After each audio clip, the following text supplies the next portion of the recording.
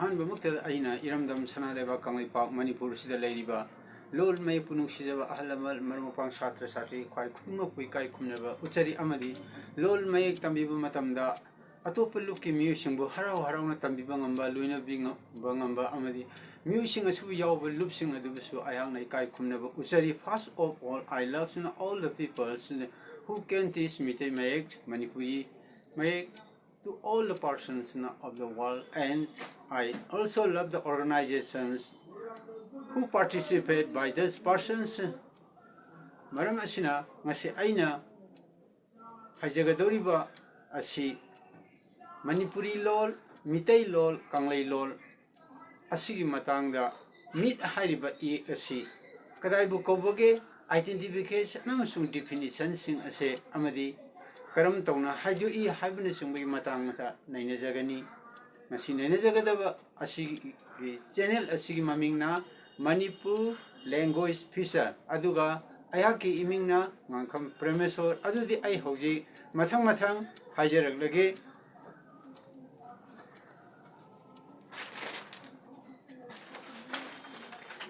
Sida hana mtang yengbiu sida ngasi nainajagadaba asi hana haikiba hana najakiba 354 adugi makha tarpa 355 haiba serial number asida ni ngasi nainajagadaba asi khunungge mit masak takpa mit haiba Meitei Mayek ase matau karam tawduna masak takadage haibaduni English targa identification of consonant M adi mit haiba may asi karamna masak takadagi haibaduni aduna mit hariba Meitei Mayek asi masak takum matamda tungan ba kaungsing mathang mathang oina nainajai mai makhal sing adudi umtang haijage. Ahanbada khanaugi lengbagi mo larynx ki lengbagi mo haibama anisubada mit ki haidokpham adi hakchang saru haibama mathangda number 3 subada mit ki haidokpagi mawong haibama mathangda mu mari subada mit ki wahanthok adi definition haibama mathangda mit asi yauba wahai sing ado yauba wahai sing ado kari kari no example sing ado mathang mathang usabani adudi ahanbada mit haiba Meitei Mayek ase khanau larynx ki lengbagi mawong haiba matang sida amutang hana haijage mit asi haitoku matamda khanau sing asi lengbra natra lengdabra habagi matangdani ahanbagi asina aduna masida haibasi serial number 41 da khanau larynx ki lengbagi mawong haibsida mit haidokpada number 1 da khawni habdi larynx vocal cord vibrate ada ani subada khonjel thoi voice oi adu masi khuye kaloina ai mathang mathang sida haijari basi hanaju hana haijakhra du mutang ucharake.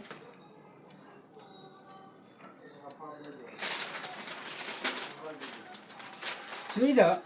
mathang mathang lei basida akupadi sandoga haijaroi hana mamang desu haijakhre akupadu khangbi ninglagadi hana upload tokiba 226 ki serial number asidaida yaukibani maduda yengbiraga yagani ana hosiki hoina haijarabada khaunau larynx ki lengbagi mawong hai aduna wind from the lungs aji lungs agi tholakpa nungsit asina sigi khonjel kurangban haidi vocal cord si nikhalama matung sidaida khanau sidaida niglakadaini aduna sidani sida harji khau nikpa larynx vocal cord vibrate vocal cord se vibrate tawai khonjel gi kurang banji hana vibrate tawni adi khanau jini kani sida harji khonjen thoi habi adi masangda ani subda 4.2 da mit ki haiduk pham hakchang saru hai adi mit ki haiduk pham hakchang saru adi kana organs for a speech ngangu matamda hakchang gi kayat karum karum changi haibaduni sida number 1 da chinban changi number 2 da yari lei changi adunadi mit hairiba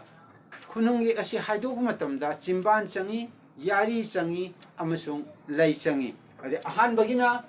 khawni I amasung khonjen thoi haibani adudi mapung mai kuntare ki manung chana yauriba mit asi haidok matamda karam karam meksina khawni page haibani singbagi matang aduda ai hana chart oina hana su semjarba hana ju hajakhra do tentangna muktang panjage.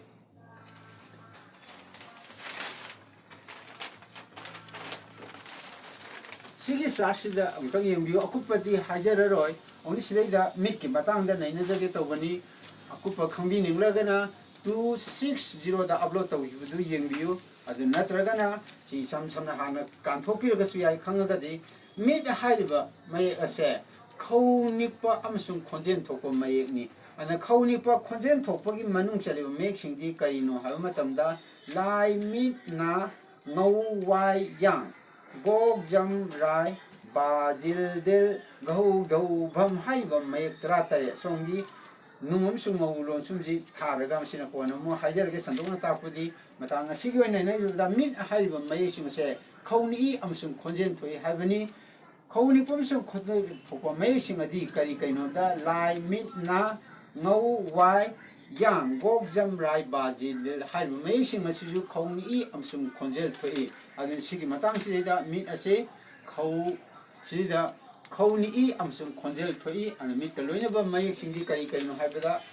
Manav मयसिंगी lie मिटना ngau wai yang gok jam rai ba jil dil gau gau bam haiba mayising asi consonant sing asi khunung yek sing asa khawnu I amsung khonjel thoi cha to pasina kona mathang mathang nei najarake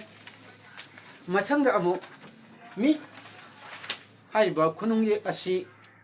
haido ba matam da Chimban lay amsung yari changi aldi karam mayek sing haidok matamda chimban yai lay amsung yari changi haibdo amuhana ai panjarake akhangba mingna akhangba singna kanthok piraga su karisu kaide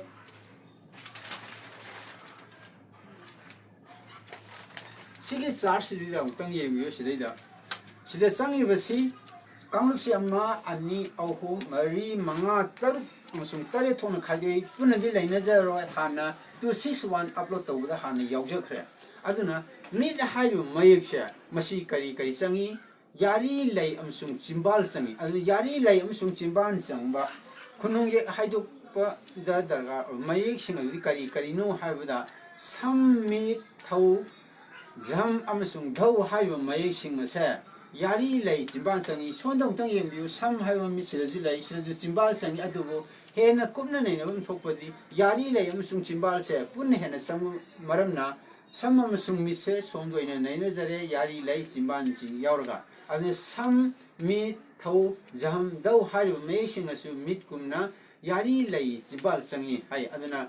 सिगुम्बसी चिंफा पुबसी अखोइना चार्टसिंग असि निंगसंग बिरगा हेना लाइना चिंफा पुबा ngangbanina masi charse उचबनी अदि मथंगा अदि मिट लई सिंबानजी चंगे हाइबसिमा अखोइना सिदैदा नैनाजखरे chart का लोइनना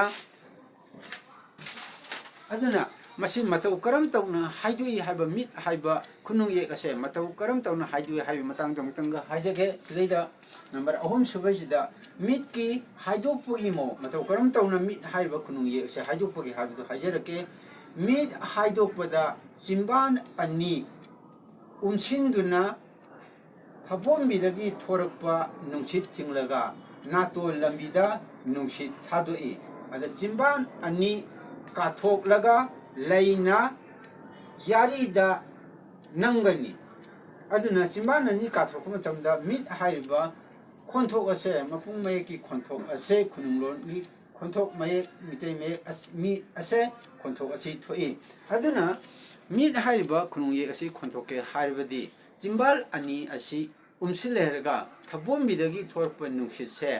नातो लोमदा थागनी अदुगा चिंबान अनि सि काथोलगा लैना यारीदा नम मतमदा मिट हाइरिबा खुनुंगे असी हाइदो इ खोंथोक थोलई अदुदी आई अमतंग हाइजगे मिट अमतंग हाइजगे मिट अमतंग हाइजगे मिट अदुना मिट सि हाइदोको मतमदा चिंबान अनि जे उमसलगा लैगनी अदुगा हे हाइदोको मतमदा चिंबान अनि जी काथोगा ये लैजिना यमांगी यारीगे मथकसिंदा नंगनी अमुकन हाइजगे मिट हान उमसलगा काथोगा यारीदा लैतोंजिना नमगा मिट की खोंथोक थोली अदमतंग हाइजगे मिट असुमना मिट हाइबा खुनुंगे असे मसी सुमाइना हाइदोकनी अदे मखादा नंबर 4 शुभ मतमदा हाइदि 4.4 शुभ मतमदा मिट की wahanthok ai definition je karino hai matamda masibu khaunipa mathakta haibse khaunipa harise khaunipa khonjel thokpa se khonjel thokpa harise khau masibu khaunipa khonjel thokpa chinban ani yari lei natongi khunungye kawi aduna mid haiba e asi kadai bu koge haiba targabadi identification haiba tare masi utpa matamda kari haigini haiba matamda masibu khawnipa khonjel thokpa chimban yari lei amasung natongi khunung ni amuka hana haijage mid ki definition asi mid haiba e asi khawnipa khonjel thokpa aduga chimbalgi yarigi natolgi leigi khunungye kau I asumna mai definition ase haigani adi masangda amuk mid haiba yek se karam ba khudam sing leigi haibado haibadi mid yawba wai sing ado war sing ado kari kari no haibado tentangna ahumdang praman pijage haijage ahamda warta thamba hai matamda mitsi mayai da lere lonsum oina thamba sina pronunciation ni kamna khondokate habuni sina english da leba meaning aduni put haba sumai tawdana mafam haba matamda misin mamang da ju lere matung da ju lere ana mafam place english harga place sina pronunciation ni masangda mapa amasung father adana mapa hai matamda misina wahai gi mamang da lere aduna se mapa hare sina lainama mathakta singnibase sina long form ni sang haibani sina father english leba meaning ni aduna sida misi wahai gi marta su lebiai mamang da su lebiai aroi ba su lei ya be ya habse masina khudam oire matang ngasida mit haiba khunge ase haido ko matamda karam tawbage amadi khawnik pranik tabra habsu karam tawbage haibadu matang ngasida haijabal lojare matang ngasida mit haiba khunung kunung e asigi sanduna takpa haibadi definition karam mong da haido ko matamda chimban karam ba lengbage haibdo sandukna takpa lojare aina khangjaba khara miyam da pawdam jaba sida mayamna awarapa haibere u harauna lawsingan jagani channel asigi maming Manipur language feature adu ayaki imingna ngangkham premeso mathangi upload taw matamda mayam amuk unaminasi ngasigidi matang asida losinjarage